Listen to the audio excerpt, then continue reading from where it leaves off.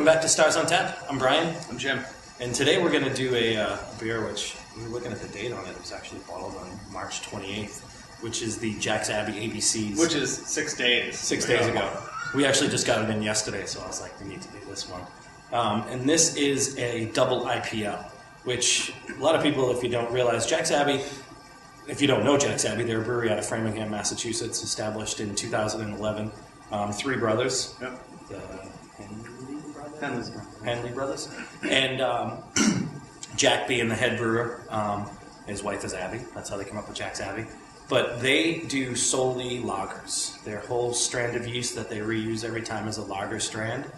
And so basically it's a double IPL, which is an imperial pale lager. It's essentially tastes and drinks like a pale ale, but yeah, probably, yeah. It's a lager, which... Kind of cool. Yeah, which it's basically cold fermented. Yeah, cold fermented, yeah. But, you know, the difference between ales and lagers are really a yeast thing, and then the temperature, too, so... And I know it takes a lot longer. I remember Jack had come into Stars about 3 or 4 months ago, and we were talking about it, and he said just the process to make a lager and the time it takes, it really kind of handicaps them from creating any other styles, and it is kind of their niche, so they don't want to. Yeah. So this is their double IPL, which is a blend of, what did we say it was? The Apollo, Bravo, Calypso, and Simcoe hops. It comes in at over 100 IBUs, it says, which is basically like a big IPA, and 7.5% alcohol. So, like I said, we just got it in. Yeah, case and a keg, so we'll break into it and kind of see what too many people have had this yet, so. Other than the distributors. What Jack's Abbey does a lot of times is they've got some great beers. Their staple beer is the Hoponius Union, and they got Smoke and Dagger and Ginger and Juice, as they call it. And then they'll do these beers, which they do a little smaller allocation of it. This one you can definitely get at Granite Liquors in Weymouth or a couple other kind of specialty liquor stores, but it's not, you don't see it too many places. Yeah, I think this is going to be kind of, this will end up, now will be a seasonal beer for them. But I remember you and I talking a few months ago. They kind of throw some beers out there, they get the public's opinion, and then either they drop it if it's not received well, or they, if it is, then they kind of continue it on with the seasonal. But I remember getting a tweet from Jack's Abbey that this particular beer was brewed for a craft beer festival that apparently was very well received. So. Because I want to say it was 3 months ago, 4 months ago, and this is the great thing about having such a kind of a really truly craft beer, being able to see what people want. And brewing. And then brewing. And putting it turning it out. So. And if not, you scrap it and nothing lost. This apparently is a good one, and we'll get a little nose on it. See or get a color anyway. The color is orangey. Yeah, it's orangey. It looks like an IPA. And it's got that kind of really, white head. Not a ton of foam, not a ton of carbonation to it. That's nice. The nose on it is kind of, it's got some tropical kind of stone fruit to it, a little pininess to it. Yeah, I smell a little pininess, so I was just going to say that. I definitely get that tropical.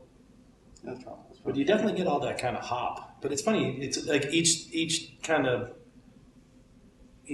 nose I get on it, it changes a little bit. Like I got pine, and now it's kind of a little...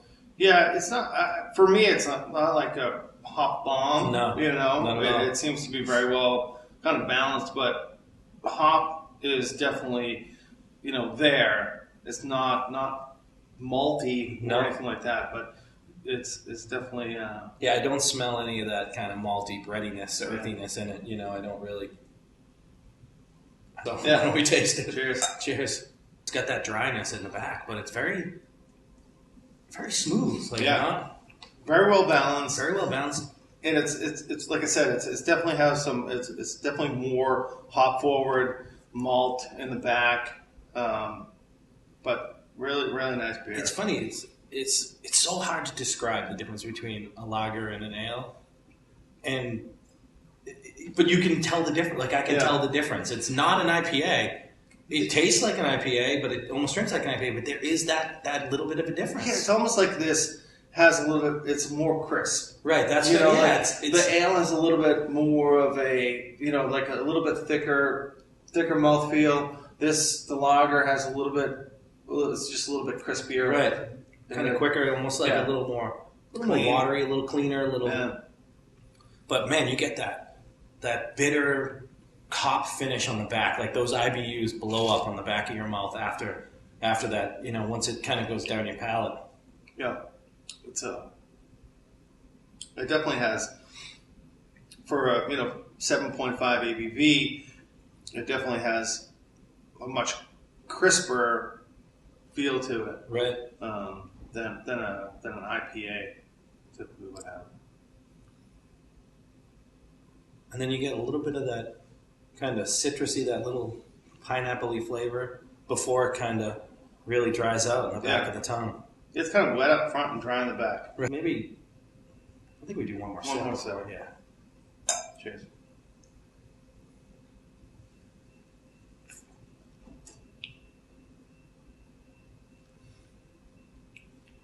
All citrus in the beginning, all dry in the back. Yep. Well balanced, easy drinking. This is definitely somebody that likes those IPAs. This is one that you would definitely love. What do you think about a rating? So my rating, I'm gonna rate these guys pretty high. I'm gonna rate them at a 90, and I'm gonna give them a 90 because it's such a unique style. I mean, you don't see IPLs, lagers. You don't see pale lagers. To have that whole strain, it's just this niche in the business that nobody really has. And aside from all that, they're really good. Yeah. They're very well done, excellent beers. This beer itself it's got the hop character that I like. It's got the octane that I like, and then kind of having that pseudo personal connection, having met Jack and his wife briefly, Abby, and knowing that they're local, it's just that kind of pulls the whole package together. Yeah. Aside from whether I want to kind of think that as a factor, it does. Yeah. It goes back to the drink local thing, and it's good. So I'm going to say 90. Right. I'm going to do an 88 for these guys. This beer it's great. It's super fresh. Again, this is fresher right here. It's 6 days old, basically coming out of the brewery. So, it's a very clean, crisp, super big kind of IPA thing, and it's a really delicious beer. If you ever get a chance to pick it up, again, we're kind of sitting here, drinking these beers 6 days after it's brewed, so it's kind of cool.